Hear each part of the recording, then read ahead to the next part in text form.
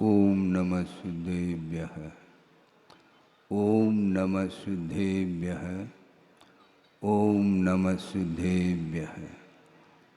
नमः श्री वर्धमानाय निर्धूत कलिलात्मने सालोकानां त्रिलोकानां यद्विद्यादर्पणायते। अहिंसा परमो धर्म की, महावीर भगवान की। प्रातः स्मरणे परम पूजाचार्य गुरुवर श्री विद्यासागर जी मुनि महाराज की जय।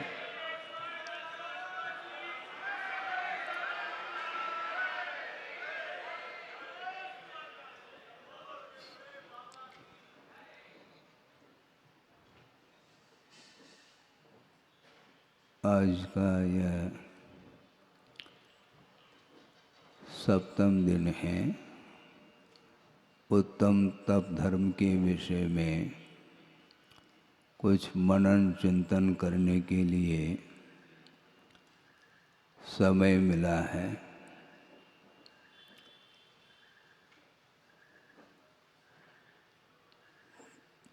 कर्मक्षयार्थम तप्यते इति तपः,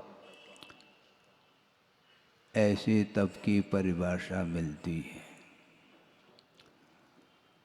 और वह तप उत्तम तप के कोटि में कब आता है, इसको भी हमें आगम के आधार से ही समझना होगा।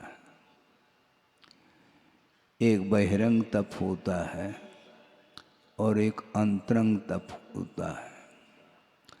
आप लोग दूध तपाते हैं, किंतु दूध तपाने के लिए पात्र को भी लिया जाता है। दूध जो तपता है वो उद्देश्य दूध को तपाने का होता है, किंतु बिना पात्र के आधार के वह दूध तप नहीं सकता। इसलिए पात्र में दूध लेकर के उसको तपाया जा रहा है।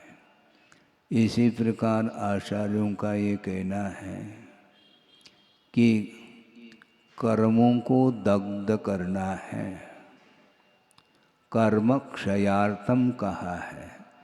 कर्म के क्षय के उद्देश्य को लेकर के तप किया जाता है। कर्म जल रहे हैं क्या नहीं, इस ओर भी ध्यान रखा जाता है, बल्कि इसी ओर ध्यान रखा जाता है। और आचार्य समंतभद्र स्वामी ने भी यही स्पष्ट उल्लेख किया है स्वयंभू स्तोत्र में। बाह्यम तपः, बाह्य तप किसलिए? आध्यात्मिकस्य तपस परिवृंहनार्थम। जो भीतरी तप है उसके विकास के लिए ही 6 प्रकार के बाह्य तपों का भी आलंबन लिया जाता है। भीतरी तप कौन से हैं? प्रायश्चित है, विनय है, वैयावृत्ति है, स्वाध्याय है, व्युत्सर्ग है और ध्यान है। ये ध्यान से सुनने का आप लोग प्रयास करेंगे। ये अंतरंग तप के कोटि में लिया है। और अनशन है, उणोदर है, वृत्ति पर संज्ञान है, रस परित्याग है और विविक्त शय्यासन है और काय क्लेश है। ये बहिरंग तप है। बहिरंग तप इसलिए कहा है कि ये शरीराश्रित तप माने जाते हैं।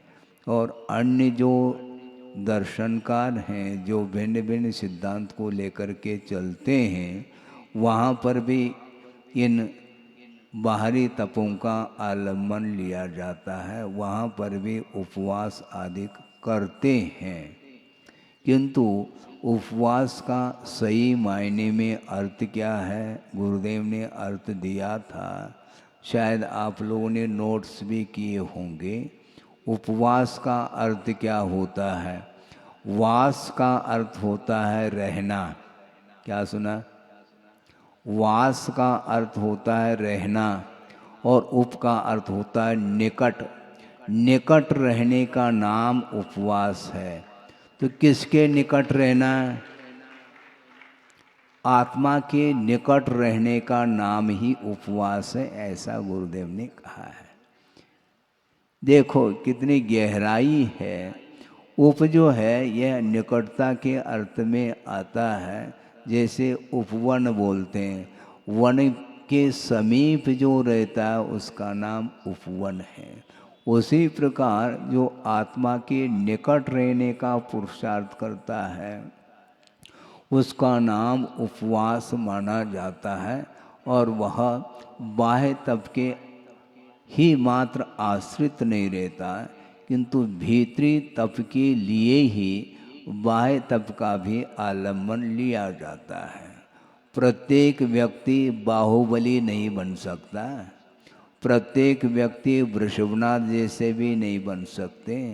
तो ऐसी स्थिति में एक एक साल तक उपवास करके एकांत वन में जा कर के वो तप कर रहे हैं। उस तप को कौन देख रहा है? कोई देख रहा है? वहाँ पर जा कर के कौन देख रहा है? कोई देखे अथवा न देखे, किंतु हमें कर्मों को नष्ट करना है। और कर्मों को नष्ट करने के लिए ही उपवास किया जाता है। जो आत्मा के निकट पहुँचने का जो निरंतर प्रयासरत रहता है उसकी दृष्टि हमेशा भीतरी दृष्टि होती है। अंतरंग साधना की ओर दृष्टि रखने के लिए गुरुदेव का संबोधन श्रवण संघ के लिए अथवा चतुर्वेद संघ के लिए निरंतर उनका संबोधन रहा है। क्योंकि वर्तमान में यह कलिकाल है, पंचम काल है, दीर्घ सहन का अभाव है। विशेष रूप से तप को अंगीकार करके साधना करने की क्षमता इस शरीर में नहीं रहने के कारण उनका ये कहना है कि प्रतिदिन उठो, कोई बाधा नहीं। आप सुन रहे हैं? उन्होंने ये कहा था क्योंकि दीर्घ सहनन नहीं है। मान लो किसी को प्रतिदिन भी उठना पड़ रहा है आहार के लिए, कोई बात नहीं, कोई बाधा नहीं, उठो, किंतु मन से नहीं उठना। सुन रहे हैं आप? मन से नहीं उठना, इच्छा पूर्वक नहीं उठना, उठना पड़ रहा है, इसको भी तप के अंतर्गत लेते हैं। अनेशन का अर्थ क्या होता है और अनशन का अर्थ क्या होता है? अनशन का अर्थ 4 प्रकार के आहार का परित्याग करना, यह अनशन माना जाता है। और अनेशन का अर्थ होता है येषणा अर्थात इच्छा का अभाव, अनेशन माना जाता है। सोचो, विचार करो, धार्मिक क्षेत्र में हम आते हैं तो उस समय सारे अन्य सांसारिक जितने भी इच्छाएं हैं उनको रोकने का पुरुषार्थ करना चाहिए। क्योंकि इच्छा निरोधः तपः, ऐसा कहा। जो इच्छा का निरोध किया जाता है उसका नाम तप है। कौन सी इच्छाएं हो सकती हैं और कौन सी इच्छाएं? सांसारिक क्षेत्र में संसारी प्राणी के अंदर बहुत सारी इच्छाएं होती हैं जो कि सांसारिक क्षेत्र में ही वो काम में आती हैं। मोक्ष मार्ग में, धार्मिक क्षेत्र में उन इच्छाओं से कोई भी प्रयोजन सिद्ध नहीं होने वाला है। क्योंकि अंतरंग तप के माध्यम से ही कर्म कटते हैं, ये सिद्धांत है। इसी उद्देश्य को लेकर के, इसी प्रयोजन को लेकर के तप किया जाता है। और वस्तुतः देखा जाए कि राग द्वेष का जो शमन है वह बहुत महत्वपूर्ण वह तप माना जाता है। हमेशा निरंतर संसारी प्राणी किसी न किसी वस्तुओं को लेकर के वह रागादिक भाव करता ही चला जाता है। एक हाइकू आपके सामने रख रहा हूँ। समय तो काफ़ी व्यतीत हुआ है, अब क्या कह सकते हैं, कोई बाधा नहीं। गुरुदेव ने हाइकू दिया है कि राग और द्वेष में अंतर क्या है। लोगों की ये धारणा हो सकती है कि द्वेष ही कषाय है, किंतु द्वेष से भी भयानक रागात्मक कषाय मानी जाती है। सिद्धांत की दृष्टि से क्रोध, मान, माया और लोभ ये चार कषाय हैं। तो द्वेष किसमें गर्भित होता है? क्रोध और मान में द्वेष को अंतर्भूत किया है और माया और लोभ में राग को अंतर्भूत किया है।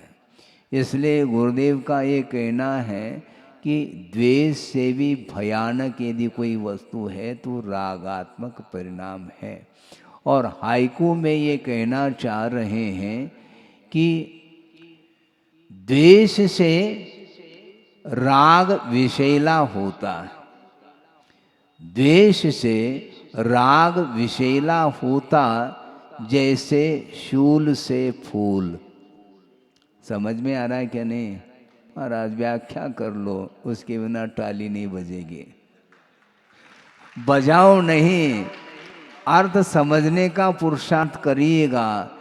द्वेष से राग विषैला होता कह रहे हैं आचार्य महाराज, जैसे शूल से फूल। शूल का अर्थ कांटा होता है। कांटे से तो सब लोग बच जाते हैं, किंतु फूल से कोई भी नहीं बचता। इसी को बोलते फूल के प्रति जो राग है वह यदि छूट जाए फिर तो निहाल हो जाओगे। पंचेंद्र के जो विषय होते हैं उनके प्रति जो राग निरंतर बढ़ता चला जाता है संसारी प्राणी का, और उसके कारण ही वह संसार में परिभ्रमण कर रहा है। विषयानुराग और धर्मानुराग ये दो प्रकार के राग हुआ करते हैं। धर्मानुराग हमारे लिए वरदान सिद्ध होता है, किंतु विषयानुराग हमारे लिए अभिशाप सिद्ध होता है। ये समझने का पुरुषार्थ करिएगा। विषयानुराग से ऊपर उठना बहुत कठिन है। ये बिना अंतरंग साधना के वह विषयानुराग से ऊपर उठ ही नहीं सकता, ये तय है। तो राग द्वेष से हम कैसे बचें महाराज? राग द्वेष से बचे कैसे? तो आचार्य ये कहना चाहते हैं कि रागादिक भाव उत्पन्न किसको लेकर के होता है? रागादिक जो भाव उत्पन्न हो रहे निरंतर आत्मा में, वह किन वस्तुओं को लेकर के वो भाव उत्पन्न होते हैं? तो सीधा सीधा गणित है। पंचेंद्रिय के जो विषय हैं, मनोज्ञा मनोज्ञेन्द्रिय विषय रागद्वेष वर्जनानि पंच है। अपरिग्रह वृत्ति की ये 5 भावनाएं, इनका उल्लेख तत्वार्थ सूत्र में किया है। 5 इंद्रियों के जो विषय होते हैं, स्पर्शन, रसन, घ्राण, चक्षु और कर्णेंद्रिय, इन भिन्न भिन्न इंद्रियों के जो विषय होते हैं वे मनोज्ञ भी होते हैं और अमनोज्ञ भी होते हैं। अमनोज्ञ वस्तुओं से तो संसारी प्राणी प्रतिपल बचता आया है, किंतु मनोज्ञ विषयों को वह उससे बचता नहीं, उससे गला लगाता है। ये तो समस्या है। यदि गला लगाते हो तो फिर मोह गलेगा नहीं, ये ध्यान रखो। विषयों के साथ गला लगाना चाहो तो मोह गलेगा नहीं। मोह को गलाना चाहो तो विषयों के प्रति जो आसक्ति है उसको निरंतर कम करने का हमें पुरुषार्थ करना चाहिए। बहुत कठिन काम है। तत्वे तपसि वैराग्ये पराम प्रीतिम समश्नुते हृदय स्फुरत यशोचई वृद्धवाग दीप संतति। ऐसा शुभचंद्र आचार्य ने ज्ञानार्णव ग्रंथ में लिखा है। तत्व में, तप में और किसमें? वैराग्य में परम प्रीतिम अश्नुते, परम प्रीति को प्राप्त हो जाता है। किसमें प्रीति? पंचेंद्र के विषयों में नहीं, तत्व में लीन होने की जो प्रीति है, तप अंगीकार करने की जो प्रीति है, और वैराग्य को प्राप्त करने के लिए जो प्रीति है, ये तीन वस्तुएं अपने पास, तत्व, तप और वैराग्य। तप के क्षेत्र में, वैराग्य के क्षेत्र में और तत्व के क्षेत्र में परम प्रीति को कौन प्राप्त करता है? आचार्य कह रहे हैं हृदय स्फुरत यशोचई, जिसके हृदय में स्फुरायमान हो रहा है। वो क्या हो रहा है? सोचो, विचार करो। हृदय स्फुरत यशोचई वृद्ध वाक दीप संतति। वृद्ध कौन होते हैं? उसको भी समझना है। 80 साल के हो गए, 90 साल के हो गए, 60 साल के हो गए, सारे सफेदी आ गई। गाय में सफेदी आती है, बालों में बाल सफेद हो गए तो वह उम्र की अपेक्षा से उसके अंदर वृद्धत्व आया है। किंतु शुभचंद्र आचार्य कहना चाहते हैं वृद्ध कौन हो सकता है? अत्यंत निकटता को प्राप्त होने के उपरांत भी कौन? पंचेंद्र के जो विषय हैं, जो कि मन को रंजायमान करने वाले जो पंचेंद्र के विषय वह उपस्थित हैं, इसके उपरांत भी जिसका धैर्य स्खलित नहीं होता वह वृद्ध है। समझा आपने?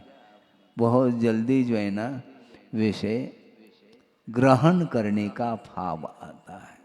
ये ग्रहण करने का भाव, पंचेंद्र के विषयों को ग्रहण करने का जो भाव है, ये आर्त ध्यान है।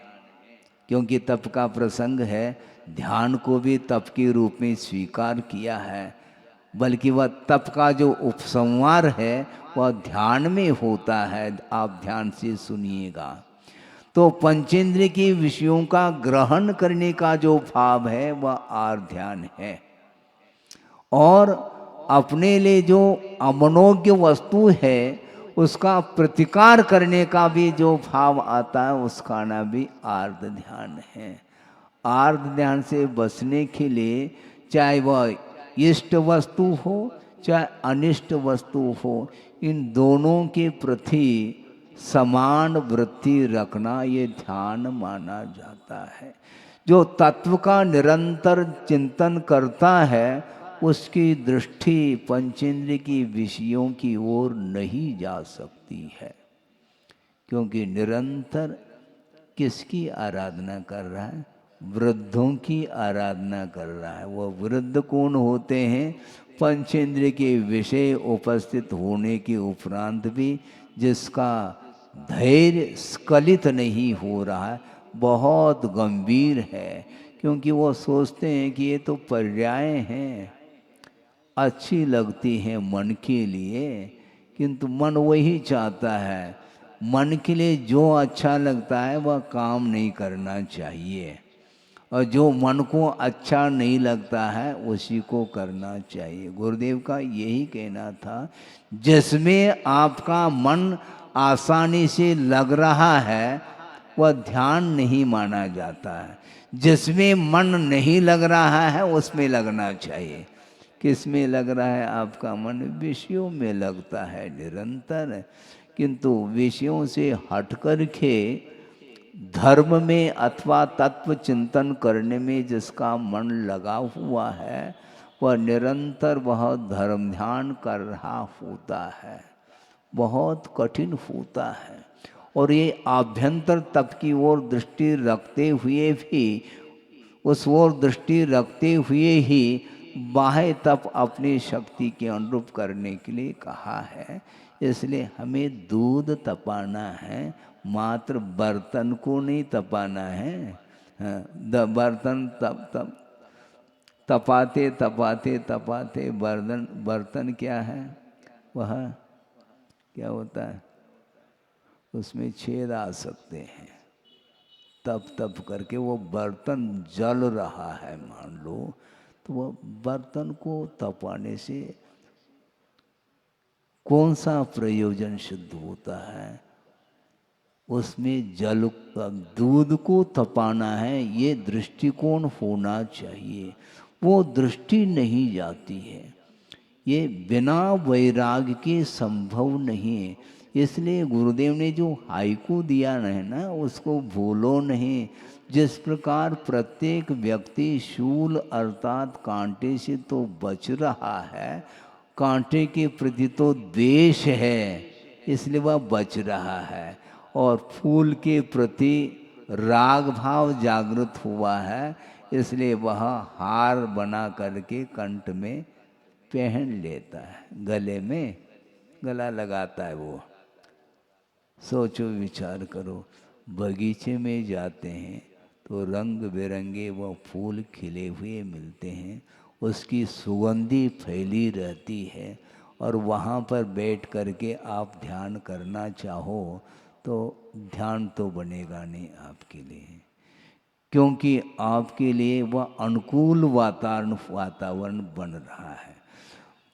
अनुकूल और प्रतिकूलता का भाव जब तक रहेगा तब तक उसकी ध्यान की भूमिका नहीं बन पाएगी। प्रारंभिक अवस्था में संभव है थोड़ी बहुत अनुकूलता की आवश्यकता पड़ सकती है, किंतु आचार्य कहते हैं कि वस्तुतः साम्य भाव का नाम ही ध्यान है। समता सर्वभूतेषु कहा, प्राणी मात्र के प्रति साम्य भाव रखना है। अनुकूल वातावरण में आप क्या धर्म ध्यान करोगे? कर लो, ठीक है, भूमिका है आपकी प्रारंभिक भूमिका, किंतु आचार्य कहते हैं प्रत्येक वस्तु के प्रति साम्य भाव रखना, यह समता है, यही सामायिक है, यही सामायिक माना गया है। आर ध्यान और रौद्र ध्यान से ऊपर उठने का नाम सामायिक कहा है। सामायिक का अर्थ साम्य भाव रखना। आप शांति के साथ सुन रहे हैं क्योंकि अनुकूलता पूरी तरह से बनी हुई है।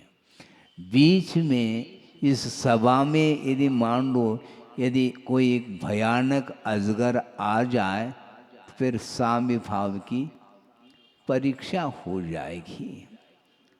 अनुकूलता में क्या समता है, प्रतिकूलता में समता है। गुरुदेव का बार बार ये कहना है, छोटे छोटे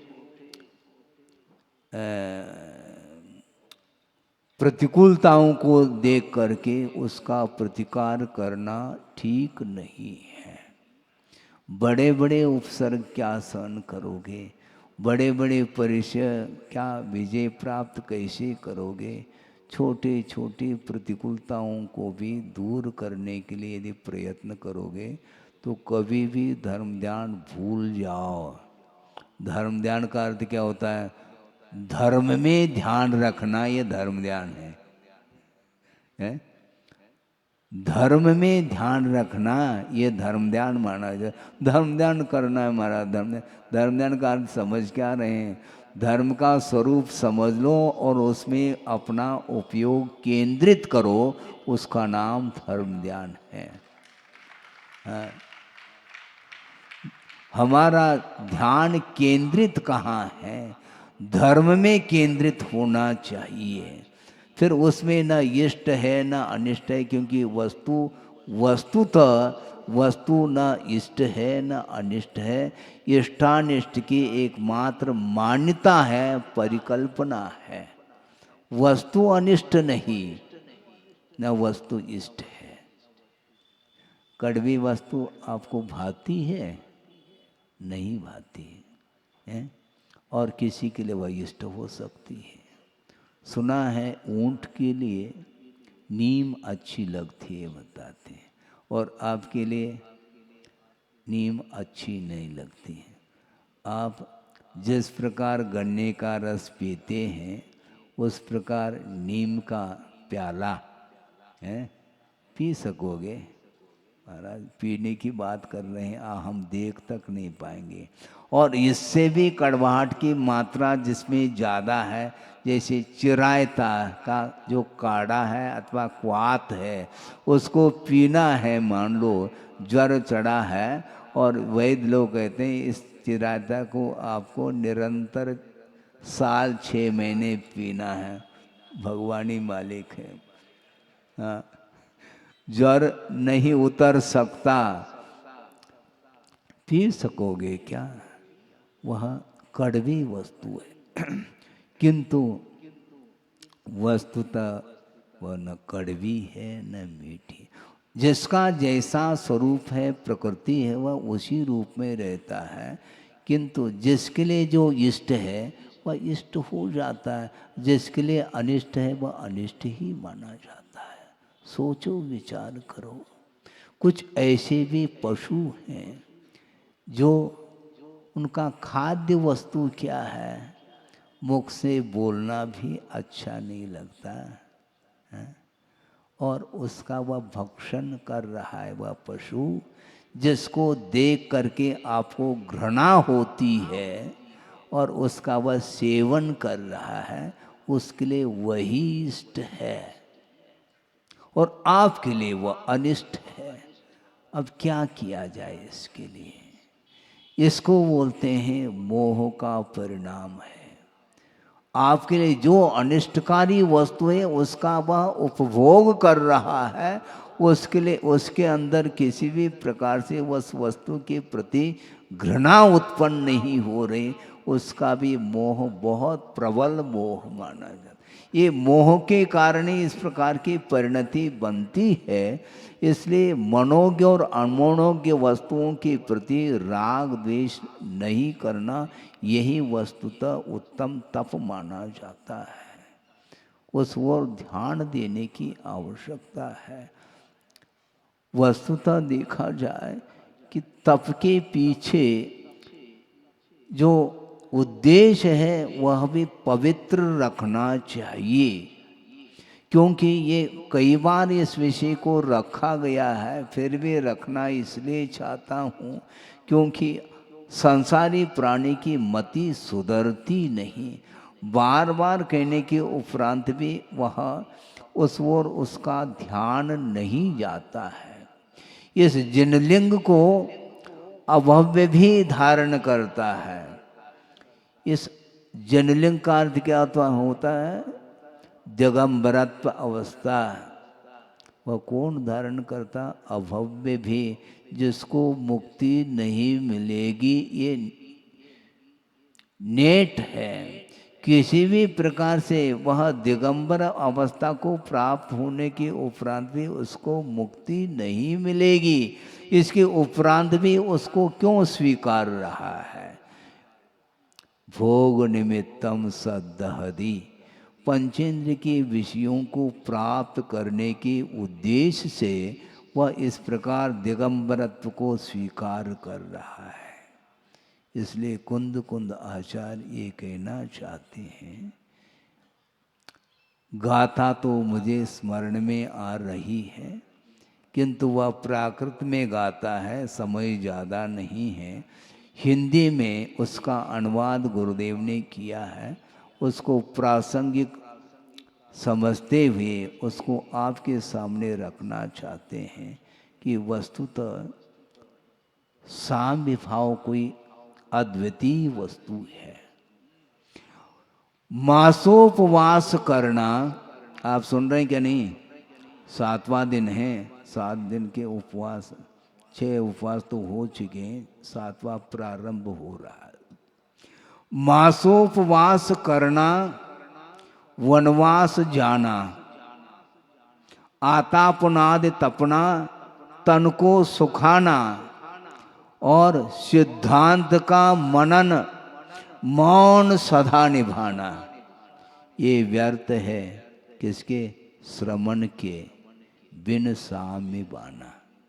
समता के बिना श्रमण की ये सारी सारी जो साधना है वह व्यर्थ है, ऐसा कहा जा रहा है। आपके लिए नहीं कहा जा रहा, श्रमण के लिए कहा जा रहा है। सुनो थोड़ा। मास मास तक वह उपवास कर रहा है और वन में रह रहा है, एकांत में जा कर के आतापन तप कर रहा है, अभ्रावकाशन तप कर रहा है, वर्षा योग वृक्ष मूल में खड़ा है। आतापनाद तपना, तन को सुखाना और सिद्धांत का मनन, निरंतर सिद्धांत का मनन कर रहा है। मौन सदा निभाना, किसी के साथ बोलता नहीं, अखंड मौन है और एकांत में जाकर के वह तप कर रहा है। किंतु इसके उपरांत भी साम्य भाव यदि नहीं है, उस तप का कोई भी महत्व नहीं है, क्योंकि भोग निमित्तम सदहदी, पंचेंद्रिय के विषयों को प्राप्त करने के लिए इस प्रकार वह कठोर तप कर रहा है। इसको बहिरंग तप बोलते हैं। इस कठोर तप के माध्यम से यह शरीर तो क्षीण हो सकता है, शरीर जल सकता है इस तप के माध्यम से, किंतु कर्म नहीं जलते। तप ही जलता चला जा रहा है, किंतु कर्म नहीं जल पा रहे। उत्तम तप का अर्थ यही होता है कि सांसारिक भोग संपदा को प्राप्त करने के लिए यदि कोई तप कर रहा है, वह मात्र वह बाल तप के कोटि में आ सकता है, आता है, किंतु उत्तम तप के कोटि में वही तप आ सकता है जो कर्म क्षय के उद्देश्य को लेकर के तप करता है। थोड़ा सा तप करो, थोड़ा और ज़्यादा से कोई प्रयोजन नहीं, किंतु पंचेंद्रिय के विषयों के प्रति जो राग निरंतर बढ़ रहा है, उस राग का शमन करना ही वस्तुतः अंतरंग तप माना जाता है। संसारी प्राणी के अंदर कौन कौन सी इच्छाएं जागृत होती हैं, बहुत कठिन काम है ये। एक प्रसंग आपके सामने रख रहा हूँ। एक व्यक्ति है, वह सामान्य व्यक्ति नहीं, वो सामान्य और विशेष में अंतर आता है क्या? नहीं, हाँ बिल्कुल आता है महाराज। सामान्य तो व्यक्ति तो सभी होते हैं, किंतु वीआईपी, हाँ, यही विशेष माना जाता है। वो व्यक्ति सामान्य नहीं है, वो दार्शनिक है। और सिद्धांत का भी उन्हें पर्याप्त ज्ञान है, साहित्य में भी उनका प्रवेश है और अध्यात्म में भी प्रवेश है, किंतु शाब्दिक ज्ञान की अपेक्षा से कह रहा हूँ। ऐसा नहीं कि अध्यात्म का अर्थ बिल्कुल ही वह आत्मा में उतर गया हो, ऐसा नहीं। शाब्दिक ज्ञान की अपेक्षा से इतना प्रवेश हो चुका है कि उसके अंदर अब मन हो रहा है, ये सारा सारा जो कुछ भी ज्ञान हमने काफ़ी साधना के माध्यम से हासिल किया है, इसका प्रचार प्रसार दिगंत तक हो, इस भाव को लेकर के वह जा रहा है, का यात्रा कर रहा है। क्योंकि देश में रह करके काफ़ी समय तक उसने प्रभावना की है ज्ञान के क्षेत्र में, और मन हो रहा है अब आउट ऑफ कंट्री जा करके भी इसका प्रचार प्रसार करना चाहिए। इस उद्देश्य को लेकर के वह जा रहा है। उसके साथ दो चार छः लोग और भी साथी हैं और सब मिल करके यात्रा कर रहे हैं।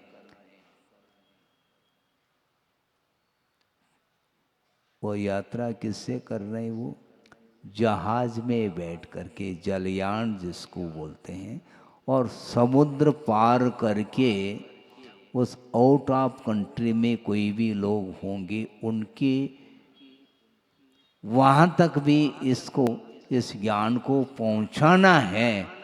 ये उनके अंदर बार बार भाव आ रहा है और वो जा रहे हैं। यात्रा चल रही है। 2 4 6 दिन हो गए हैं समुद्र में यात्रा करते करते, और सुदूर दृष्टिपात वो कर लेता है और वहाँ पर एक द्वीप नज़र आ रहा है। आप शांति से सुनिएगा। एक द्वीप नज़र आ रहा है तो वह सोचता है कि यहाँ पर कोई न कोई व्यक्ति होंगे। चारों ओर जल ही जल दिखाई दे रहा है, कोई व्यक्ति नज़र नहीं आ रहे हैं, इसलिए संभव है उस द्वीप में कुछ लोग हों। वहाँ तक चलते हैं और द्वीप के पास जाकर के इधर उधर उसने दृष्टिपात किया तो 2 3 व्यक्ति दिखाई पड़े और वो वृद्ध हो चुके हैं। और उनका भेष कौन सा है? साधु का भेष है।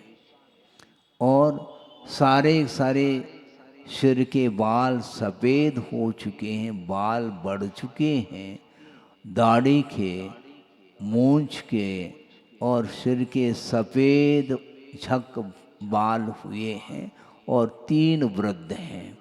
वहाँ पर जा कर के जहाज को रोक देता है और उनसे पूछता है, यहाँ पर और कोई नहीं है क्या? तुम 3 ही लोग रहते हो? हाँ, हम 3 ही हैं, 3 के अलावा कोई भी यहाँ पर नहीं है। तुम लोग क्या करते हो? हम क्या करते हैं, हम तो साधु हैं, साधु भेष हमारा है। एकांत में हम साधना करते हैं, प्रभु की आराधना करते हैं, ऐसा उन्होंने कहा। और यहाँ पर कोई भी व्यक्ति भूला भटका आ जाता है और कुछ चढ़ाता है, कुछ देता है तो खा लेते हैं, फल फूल खा लेते हैं। और कोई भी हमारी इच्छा नहीं है। प्रभु की साधना, प्रभु की आराधना, उनकी उपासना करने में ही हमारा पूरा का पूरा जीवन व्यतीत हुआ है। तो वो जो दार्शनिक व्यक्ति थे, विद्वान, उन्होंने पूछा, तुम भगवान की आराधना, ईश्वर की उपासना करते हो तो ईश्वर की प्रार्थना तुम्हें आती है क्या? प्रार्थना क्या करना है? हमें कुछ आता कुछ भी नहीं, हम अनपढ़ हैं, पढ़े लिखे नहीं हैं, किंतु प्रभु की आराधना में ही हमारा जीवन व्यतीत होता है और अच्छे ढंग से हमारा उपयोग लगा हुआ है। मन हमेशा हमारा केंद्रित रहता है, प्रभु को छोड़ करके और कोई भी विषय मुझे रुचता नहीं है, ऐसा उन 3 वृद्धों ने कहा। किंतु उस विद्वान ने कहा कि कम से कम प्रार्थना भी तो किया करो। हाँ, भगवान की आराधना करते हैं, प्रार्थना भी तो करो। हम प्रार्थना तो करते हैं, भगवान का नाम लेते हैं। क्या करते हो प्रार्थना में? और कुछ नहीं, हम तीनों हैं, खड़े हो जाते हैं और प्रभु से प्रार्थना करते हैं, भगवान हम 3 हैं और आपके शरण में हैं, हमारा कल्याण हो आपके द्वारा, यही प्रार्थना प्रभु से करते हैं। तो उस विद्वान ने कहा, तुम लोग मूर्ख हो, पूरा जीवन व्यतीत किया तुमने, प्रभु की प्रार्थना तक नहीं आती तुम्हें। तुम बैठ जाओ, मैं तुम्हें प्रार्थना सिखाता हूँ। अच्छी बात है। और उस विद्वान ने जो भी प्रार्थना उनने सीखी होगी और उसको उन्होंने 2 3 दिन में उनको तीनों को सिखा दिया। सीखने के उपरांत उन्होंने सोचा और अच्छे ढंग से ये सीख लिए हैं, अब वापस होना चाहिए। अब यात्रा पुनः वापस हो रही है और 1-2 दिन गाड़ी रिवर्स और समुद्र की यात्रा पुनः करते करते सहज रूप से पीछे की ओर दृष्टि उनकी गई। तो उन्होंने सोचा सुदूर दृष्टिपात करने से 3 कुछ ऐसे धब्बे जैसे देखने में आ रहे हैं, ये क्या हो सकते हैं। और वो तीनों ऐसा लग रहा है कि हमारी ओर बढ़ रहे हैं। वो किसी ने कहा कि वो कुछ नहीं है, ऐसे काले काले धब्बे कुछ हो सकते हैं, लेकिन वो 3 हैं, वो बड़े होते चले जा रहे हैं साइज में। तो उन्हें सोचा कुछ इसमें संदेह है, क्योंकि जहाँ से हम लोग यात्रा करके लौटे हैं वह द्वीप काफ़ी दूर रह गया है और वहाँ पर कोई व्यक्ति 3 के अलावा कोई थे नहीं, इसलिए ऐसा लगता है कि समुद्री जंतु होना चाहिए। इस प्रकार उनके मन में विकल्प आया, लेकिन वह बढ़ते ही चले जा रहे निकट। और जो ही पास आ गए तो अरे ये तो वही 3 वृद्ध हैं जिनको हमने द्वीप में देखा था और उनको प्रार्थना सिखाई थी। वे तीनों वृद्ध साधु के रूप में थे और समुद्र पार करते आ रहे हैं, जल के ऊपर चल रहे हैं, ये डूबते क्यों नहीं। सोचो विचार करो। और बिल्कुल निकट आ गए तो जहाज को रोक दिया गया और पुनः तीनों वे साधु के भेष में जो वृद्ध थे उन्होंने पुनः निवेदन किया कि पंडित जी, आपने जो प्रार्थना सिखाई थी, हम तो अनपढ़ थे और वो प्रार्थना हम भूल गए हैं, कृपा करके पुनः उस प्रार्थना को अच्छे ढंग से सिखा दो। तो वो विद्वान क्या बोल रहे मालूम है, तुम लोगों को अब प्रार्थना सिखाने की आवश्यकता नहीं है, क्योंकि तुम लोगों ने जो प्रार्थना जो करते थे प्रभु से वही प्रार्थना तुम लोग करो, क्योंकि प्रभु क्या चाहते हैं। भगवान जो हैं, भगवान की तुम आराधना कर रहे हो, भगवान हृदय की आवाज सुनता है, उन्हें शब्दों की आवश्यकता नहीं। तुम वही प्रार्थना करो, अलग से प्रार्थना तुम लोगों को अब सिखाने की आवश्यकता नहीं। और इसके उपरांत तुम वहाँ से समुद्र पार करते आ रहे हो, ये डूबते क्यों नहीं तुम। हमने प्रभु से प्रार्थना की थी, भगवान हमें और कुछ नहीं चाहिए, हम प्रभु की प्रार्थना सीखने के लिए जा रहे हैं, इसलिए यहाँ नाव तो है नहीं, जहाज है नहीं, और प्रभु का नामस्मरण कर लिया और चलते आ रहे हैं। तो उस विद्वान ने कहा अब तुम्हें सिखाने की आवश्यकता इसलिए नहीं क्योंकि प्रभु हृदय की आवाज़ सुनता है, उन्हें शब्दों की आवश्यकता नहीं पड़ती है। हम सिखा रहे हैं रात दिन दूसरे को, हम स्वयं सीख नहीं पा रहे हैं। बड़ी विचित्र दशा है।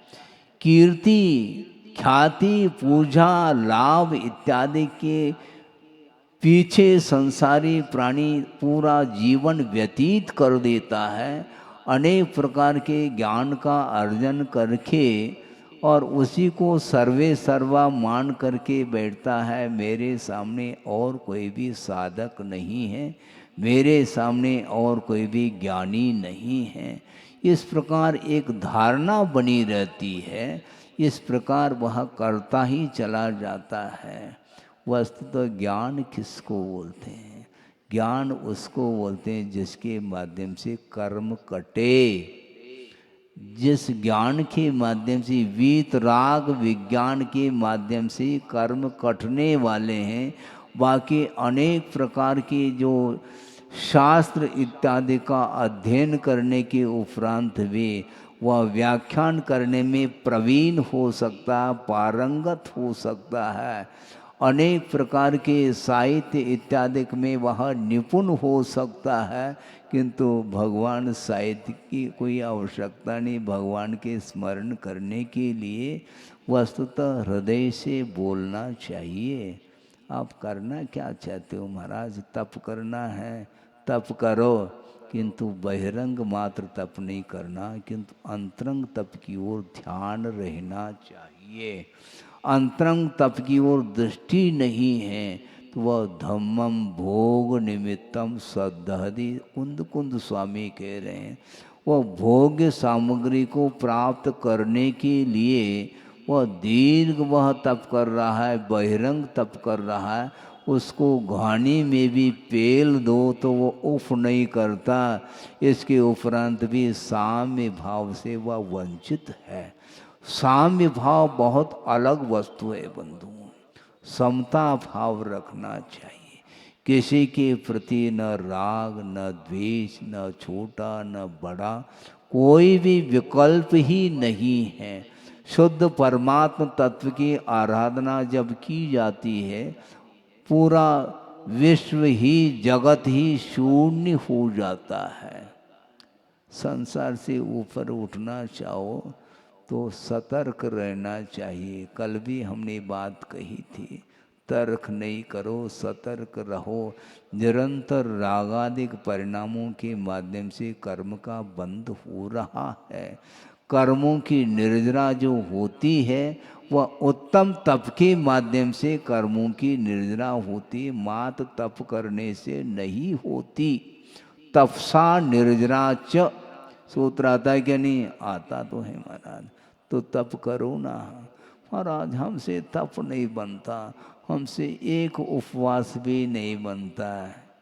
तो नहीं बनता तो क्या हो गया?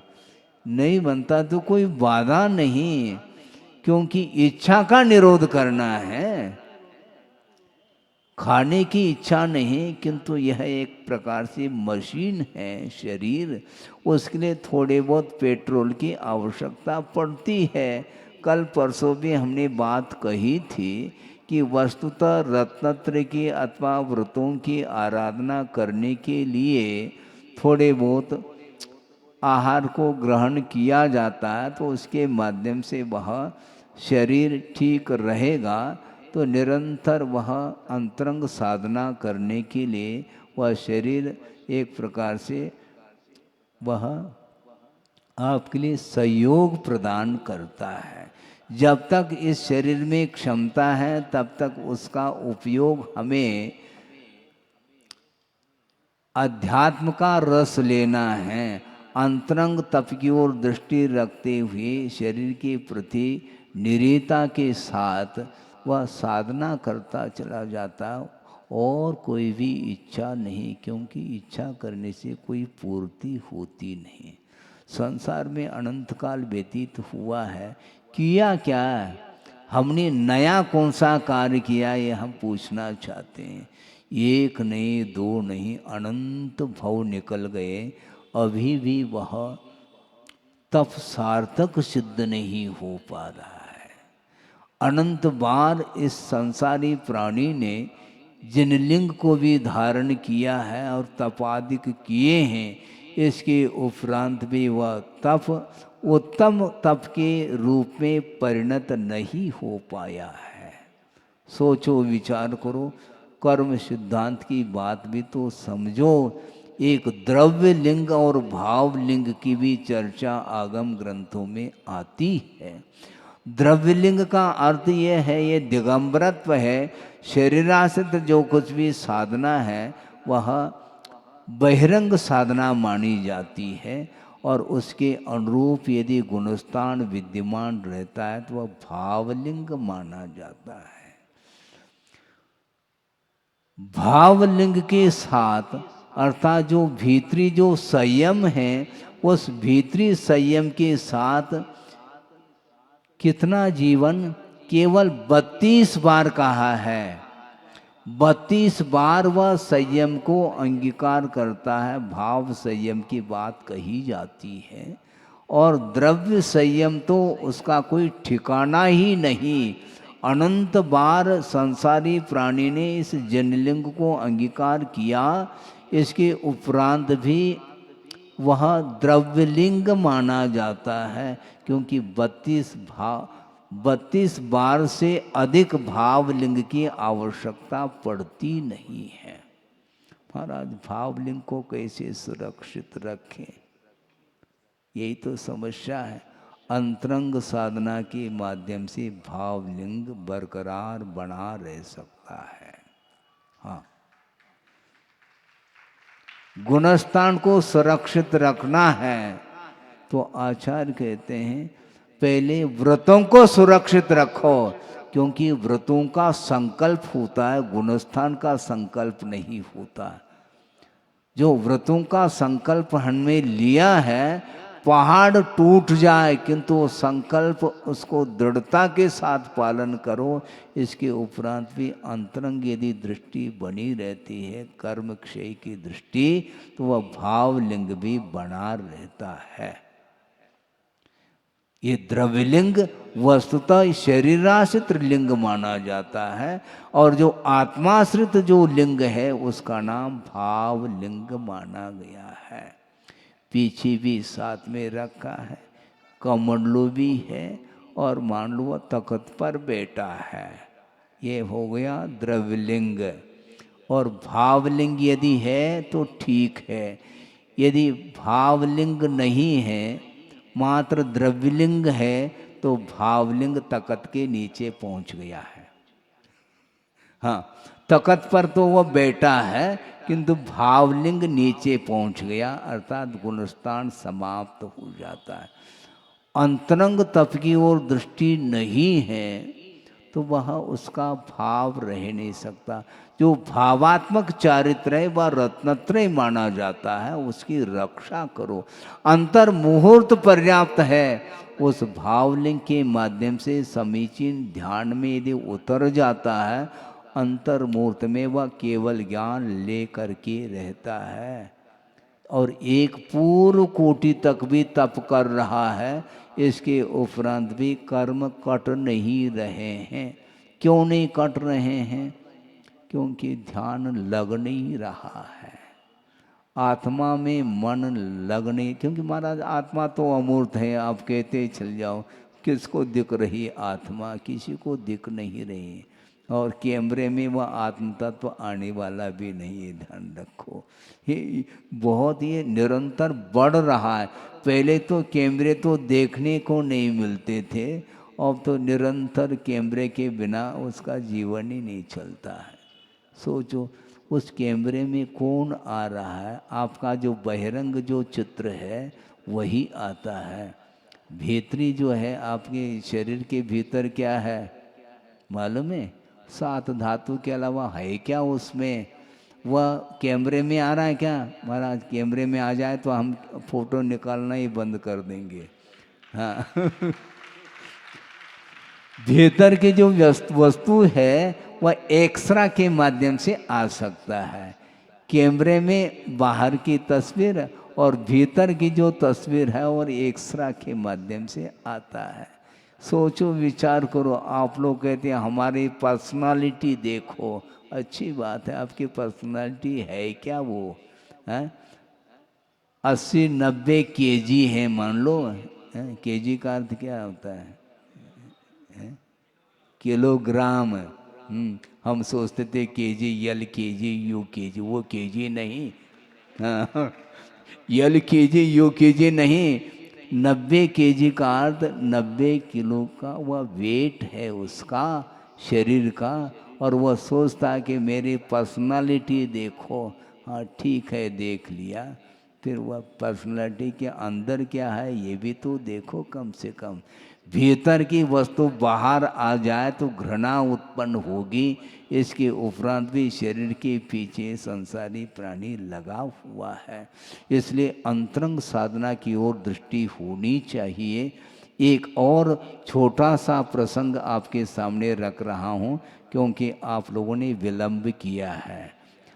हाँ, गुरुदेव की पूजा करने के उपरांत ज़्यादा से ज़्यादा पूजा करना भी चाहो तो अर्घ चढ़ा सकते थे, अर्घ नहीं चढ़ाया और वह पूरा का पूरा पूजन आपने कर लिया। तो हमने सोचा है कोई बाधा नहीं, अब बीच में तो हम टोक नहीं पाएंगे, कोई बाधा नहीं, हम थोड़ा सा और समय ले लेते हैं कि इसमें क्या दिक्कत है, क्योंकि अंतरंग साधना हमें करनी है, बहिरंग साधना तो सालों निकल गए हैं। और गुरुदेव का कहना है निरंतर ये स्वर्णिम अवसर है, प्रति समय अंतरंग साधना की ओर दृष्टि यदि जाती है तो असंख्यात कर्मों की वह निर्जरा कर सकता है, और संसारी प्राणी के लिए दुर्लभ वस्तु है। वह निरंतर घंटों व्यतीत करता है विकथाओं में, जबकि एक समय में यदि साधक होता है, अंतरंग साधना में लीन है, तो प्रति समय असंख्यात असंख्यात कर्मों की निर्जरा कर सकता है। किंतु निर्जरा करने का अवसर है, किंतु उसको खो रहा है। खोना नहीं हमें। एक व्यक्ति है, वह कौन है हम बताना चाह रहे हैं। एक ये तो कथा आपने सुन ली, इसी प्रकार की कुछ कथा और भी आ रही है समझ में, कि एक व्यक्ति है जिसके बदन पर कौन सा रंग का गेरुआ है, वह जिसको बोलते हैं ब्राउन कलर समझ लो, गेरुआ समझ लो। बदन पर वस्त्र है और हाथ में रुद्राक्ष की माला है, और वह साधना कर रहा है। और साधना का उद्देश्य क्या है वह सामने आ रहा है बाद में। वो साधना करता करता काफ़ी समय उसको व्यतीत हो गया उसका, और उसके मन में आ रहा है अब तो साधना काफ़ी समय साधना करते करते समय निकल गया, निश्चित रूप से साधना का परिणाम निकलना चाहिए। और वह एक स्थान पर जा कर के बैठा है, वह रुद्राक्ष की माला वह नीचे रखता ही नहीं, वो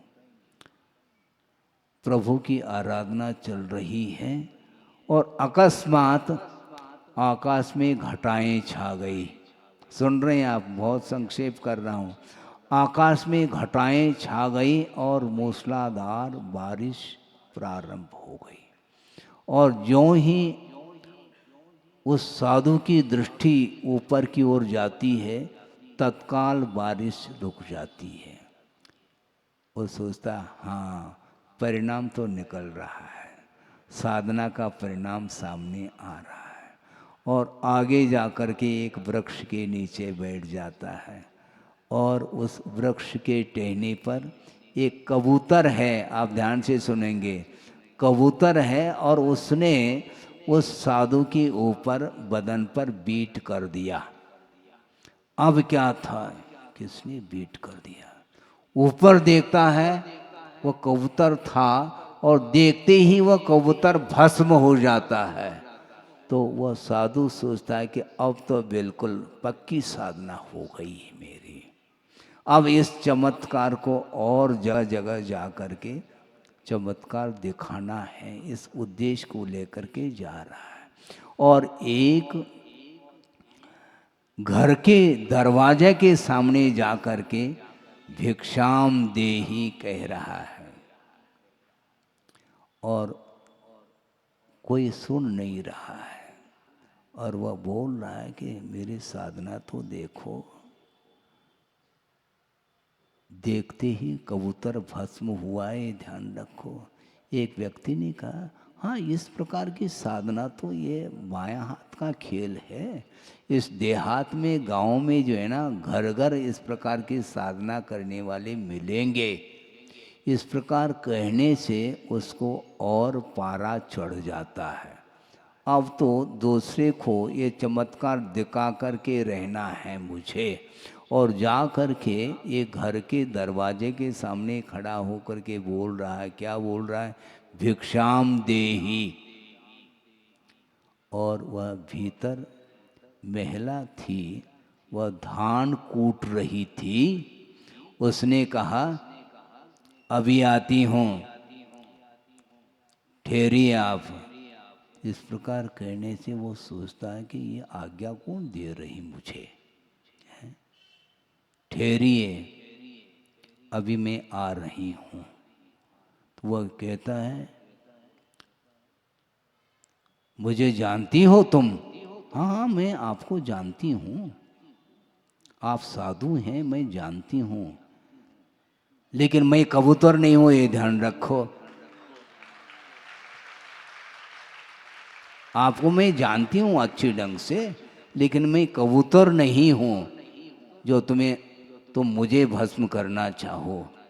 और उन्हें सोचा कि वाकई में कुछ न कुछ विशेषता होगी इस महिला के अंदर। जा कर के देखा तो एक चमत्कार देखने को मिला। वह ये है, वह धान कूटती हुई वह महिला कूट रही थी धान को, और बीच में पति के लिए कुछ काम आया और वहाँ पर कुछ पहुंच गई, कुछ मंगाया होगा, कुछ कोई भी वस्तु, और वहीं पर उस मूसल को छोड़ करके गई थी, और वह मूसल हवा में स्थिर है। उस साधु ने देख लिया कि वस्तुतः ये कौन सी साधना है। उस साधना करने के लिए उस साधु ने सालों व्यतीत किए हैं, किंतु वह बहिरंग मात्र साधना थी, चमत्कार को दिखाने के लिए उसने किया था। इस प्रकार की साधना तो आम व्यक्ति कर सकता है। देखते ही उनको आश्चर्य लगा कि वह मूसल जिन्होंने हवा में स्थिर है, इससे स्पष्ट है कोई विशेष इसकी साधना होगी। उसने कहा अपने मुक्त कंठ से उस महिला को, तुम्हारी अनूठी साधना है, और ये साधना ये सतीत्व का प्रतीक है।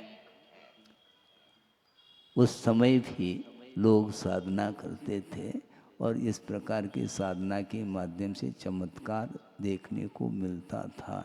ये सतीत्व की साधना है, उस साधु के मुख से सुनने को मिला। सोचो विचार करो, घर में रह करके, परिवार के बीच में रह करके भी यदि विषयों से बच करके धर्म की साधना की जाती है तो बहुत बड़े बड़े कार्य हो सकते हैं। हमें केवल चमत्कार नहीं दिखाना है, किंतु चमत्कार तो हर व्यक्ति दिखा सकता है।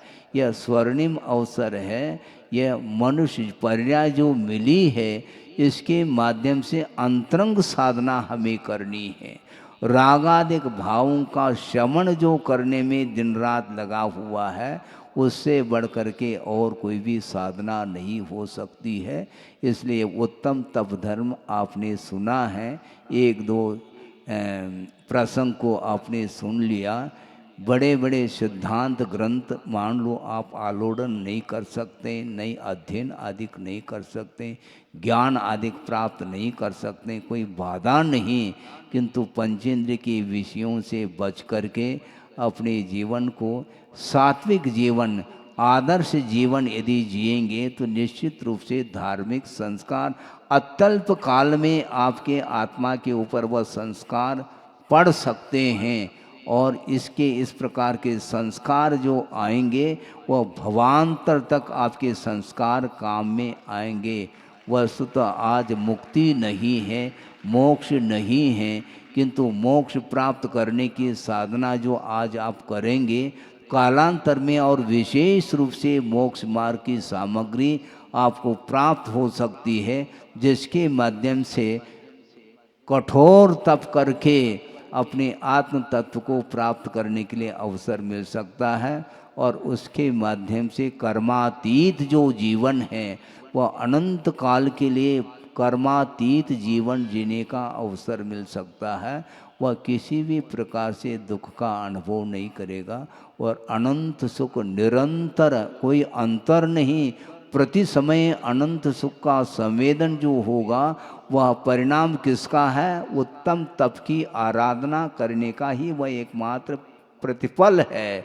उसको प्राप्त करने के लिए बार बार गुरुदेव का भी यही संबोधन रहा है कि अनंत काल व्यतीत हुआ, कब तक इस संसार में रहना है। आँख खोलते ही हर्ष और विषाद के अलावा कुछ परिणाम होते नहीं हैं। इसलिए निरंतर आँख मेज करके प्रभु को स्मरण में लाते हुए जीवन को व्यतीत करो, जिसके माध्यम से वह अलौकिक सुख की उपलब्धि हो सकती है। हो इस पवित्र भावना के साथ अहिंसा परमो धर्म की जय। बोधि समाधि परिणाम शुद्धि स्वात्मोपलब्धि शिवशोक शुद्धि चिंतामणिम चिंतित वस्तुदाने त्वां वंदमानस्य ममास्तु देवी। परम पूजाचार्य गुरुवर श्री विद्यासागर जी मुनि महाराज की जय।